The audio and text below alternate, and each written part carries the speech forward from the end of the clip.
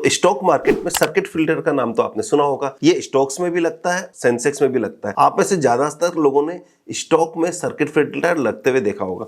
जब आपके पास कोई स्टॉक होता हो और उसमें बायर पैक हो जाता है तो आपको बड़ी खुशी होती है, और उसमें सेलर पैक हो जाता है तो आपको बड़ा दुख होता है। आखिर ये बायर पैक और सेलर पैक क्यों होता है? और कभी आप कोई आपका स्टॉक बेचना चाहते हैं लेकिन वो सिर्फ सेलर पैक रहता है तो आप कहते हैं कि पता नहीं कब बिकेगा, और दूसरी तरफ जब आप लेना चाहते हैं और जब शेयर नहीं मिलता है, सब ऑल बायर्स हैं, तो ऐसे में आप कंफ्यूज हो जाते हैं कि अब मुझे शेयर कब मिलेगा और किस भाव में मिलेगा। तो सर्किट फिल्टर वो चीज है जो एक लिमिट से ज्यादा स्टॉक को बढ़ने या टूटने से रोकती है। लेकिन क्वेश्चन ये उठता है कि इस सर्किट फिल्टर को लगाने से एक्सचेंज ने ऐसा क्यों कर रखा है या सेबी ने ऐसा रूल क्यों कर रखा है कि सर्किट फिल्टर लगाया जाए और मार्केट को एक रेंज से ज्यादा वोलेटाइल नहीं होने दिया जाए। तो जानते हैं इस वीडियो में सर्किट फिल्टर की कहानी हमारी जुबानी। तो सबसे पहले देखते हैं कि सर्किट फिल्टर की रिक्वायरमेंट क्यों है। स्टॉक मार्केट है, सेंटीमेंट पर चलता है। कई बार बायर पैनिक और सेलर पैनिक दोनों तरफ इन्वेस्टर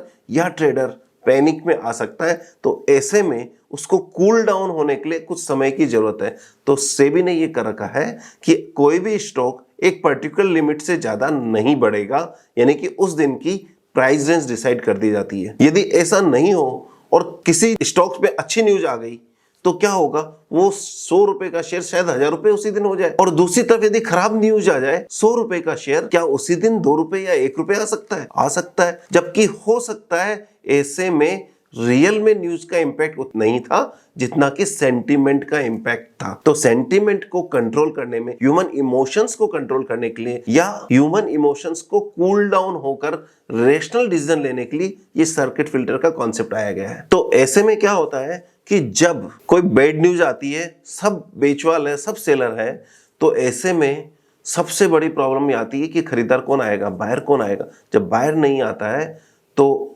सेलर का किसी भी भाव में माल नहीं बिकता है, और जब माल नहीं बिकता है तो वो तोड़ तोड़ के बेचता रहता है। तो ऐसे में यदि उसको थोड़ा टाइम मिल जाए और इवन बायर को भी थोड़ा टाइम मिल जाए कि देखें कि ये स्टॉक 20% टूट चुका है, जरा मैं सोचूं क्या 20% बाद में ये बाइंग लाइक है, तो वो कूल डाउन होने का टाइम मिलता है। या नेक्स्ट डे जब सर्किट खुलता है तब तक कोई न्यूज अपडेशन आ जाती है या फिर कूल डाउन हो जाता है। तो इस तरह से इस कूल डाउन के लिए ये सर्किट फिल्टर का कॉन्सेप्ट लाया गया है। अब दूसरा क्वेश्चन आता है कि किस स्टॉक में कितना सर्किट फिल्टर होगा।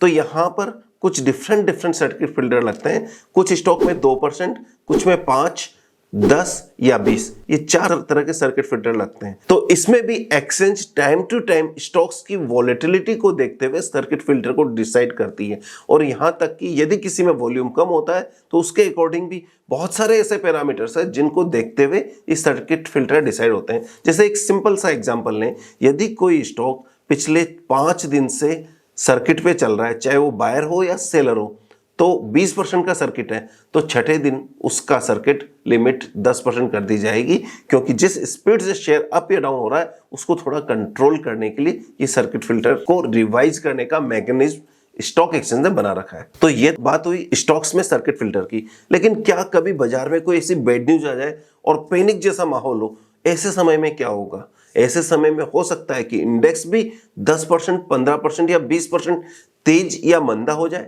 कोई न्यूक्लियर अटैक जैसी बात आ जाए, या कोई ऐसी मिसहैपनिंग हो जाए जैसे कोविड के टाइम पे हुई थी। जो कोविड के टाइम पर स्टॉक मार्केट में थे उनको पता है कि कोविड में स्टॉक मार्केट में लोअर सर्किट लगा था, और वो तारीख है 13 मार्च 2020।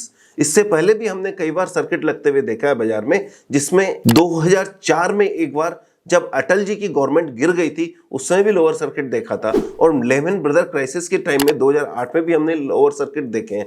तो जनरली देखा ये गया है कि लोअर सर्किट ही ज्यादा लगते हैं। लेकिन रिसेंट टाइम में 2014 में जब मोदी गवर्नमेंट पहली बार फुल मेजोरिटी से आई थी तो अपर सर्किट भी बाजार में लगा था। तो कुल मिला के बात ऐसी है कि अपर या लोअर सर्किट दोनों ही लगते हैं। और हाँ, सबसे पहला अपर या लोअर सर्किट सेंसेक्स में या निफ्टी में लगता है, वो 10% का लगता है। यदि अपने प्रीवियस क्लोज से 10% से ज्यादा बढ़ जाए या 10% ज्यादा घट जाए तो सर्किट लग जाता है, और कुछ समय के लिए ट्रेड उस दिन के लिए बंद हो जाता है। कुछ समय बाद में वो ट्रेड फिर ओपन होता है और नेक्स्ट सर्किट लिमिट उस दिन की 15% हो जाती है। और 15% में भी यदि नेक्स्ट डे सर्किट लग गया तो कुछ समय के कूल ऑफ पीरियड के बाद में फिर 20% का सर्किट लिमिट आ जाती है। और 20% भी यदि सर्किट लग जाए बाजार में तो यहां पर सबसे बड़ा काम होता है कि उस दिन के लिए बाजार बंद हो जाता है। जितने भी स्टॉक एक्सचेंज के ट्रांजैक्शन उस दिन हुए हैं वो सेटल होते हैं और नेक्स्ट डे ही फिर बाजार खुलता है। और नेक्स्ट डे तक बाजार को संभालने के लिए गवर्नमेंट कुछ ना कुछ एफर्ट्स कर लेती है। कुछ बड़े इंस्टीट्यूशन से, एफआई से बात करके, इंस्टीट्यूशन से बात करके, एचएनआई से बात करके, गुड न्यूज देकर किसी भी तरह से बाजार को संभालने की कोशिश करती है, जिसके कारण वो सर्किट पर बाजार नहीं चले बल्कि प्रॉपर प्राइस डिस्कवरी से बाजार चले। तो कुल मिला के देखा यह गया है कि सर्किट लिमिट होना बाजार को कूल डाउन होने के लिए बहुत जरूरी है। तो अब आते हैं हमारे उस फेवरेट टॉपिक पर जिसका नाम है आईपीओ की लिस्टिंग के टाइम पर सर्किट। आपने कई बार देखा होगा कि आईपीओ की लिस्टिंग होती है और लिस्टिंग होने के बाद में डिस्कवरी प्राइस पर सर्किट लिमिट लगाया जाता है। यहां एक ध्यान देने वाली बात होती है, आईपीओ के इश्यू प्राइस से सर्किट नहीं लगाया जाता है। रीजन कि इश्यू प्राइस और डिस्कवरी प्राइस में फर्क हो सकता है। कोई इश्यू यदि 50 रुपए में आया है तो हो सकता है उसकी लिस्टिंग 90 रुपए में हो, तो वो 90 रुपए से सर्किट प्राइस का कैलकुलेशन होगा। तो वहां से 90 रुपए से कितना सर्किट लग सकता है, वो 5%, 10% या 20%, ये 3 कैटेगरी के सर्किट उसमें हो सकते हैं। मोटे तौर पर इस समय यदि आईपीओ 250 करोड़ से नीचे का है या ट्रेड टू ट्रेड में लिस्ट हो रहा है तो उसमें 5% का सर्किट होता है। और यदि आईपीओ 250 से ऊपर का है तो 10 या 20% का सर्किट लिमिट होता है। एक समय था जब आईपीओ में सर्किट लिमिट नहीं हुआ करता था, तो आईपीओ में लिस्टिंग वाले दिन सर्किट लिमिट नहीं होता था। तो लिस्टिंग सपोज 50 रुपए का शेयर है, 90 रुपए लिस्ट हुआ और उसके बाद में वो कंटिन्यू बढ़ते बढ़ते 250 रुपए तक भी हो सकता था। ऐसे में बड़ा डिफरेंस आ जाता था यदि किसी क्लाइंट ने कोई गलती से बिक गया हो, कोई गलती से परचेज हो गया हो, या कोई भी गलती हो गई हो, या किसी ने बहुत कम प्राइस पे बेच दिया हो, इस तरह के कारण बाद में फिर सेटलमेंट में दिक्कत आया करती थी। तो ऐसे में ये बहुत जरूरी हो गया कि सर्किट लिमिट को रखा जाए और तब से ये सर्किट लिमिट का आईपीओ को डिस्कवरी प्राइस से कनेक्ट कर दिया गया। अब हम देखते हैं कि ये सर्किट लिमिट लगता कैसे या कब लगता है। जरा सोचिए, यदि स्टॉक एक्सचेंज में 100 रुपए का कोई प्राइस है जिसका कल का प्राइस 100 रुपए था, 20% का सर्किट लिमिट है, तो इसका मतलब क्या हुआ कि मैक्सिमम 120 रुपए ऊपर जा सकता है और मिनिमम सिर्फ 80 रुपए आ सकता है। सपोज बायर इतने ज्यादा है कि 119 रुपीज 95 पैसा कर भी बायर है और 120 पर भी बायर है, तो इसके ऊपर तो उस दिन जा नहीं सकता। तो उस समय सब लोग बाइंग में लगे होंगे। हो सकता है 1 लाख, 2 लाख, 5 लाख, 10 लाख शेयर बाइंग में लगे हों। तो ऐसे में जब वो सिर्फ बायर ही होगा, सेलर कोई होगा नहीं था, तो आपको उसमें स्टॉक्स नहीं मिलेंगे। या चाहे तो आप उसमें भी लाइन में लग सकते हैं कि बाय द वे कोई सेलर आ जाए तो मिल जाए, लेकिन उस बायर पैक में आपको यदि बेचना हो तो बेच तो सकते हैं क्योंकि वो उस दिन का मैक्सिमम प्राइस है, लेकिन खरीद नहीं सकते या मिलेगा नहीं क्योंकि उससे ऊपर जाएगा नहीं। लेकिन यदि किसी ने बड़ा माल उस जगह बेच दिया तो वो सेलर भी आ सकता है या आपको मिल भी सकता है।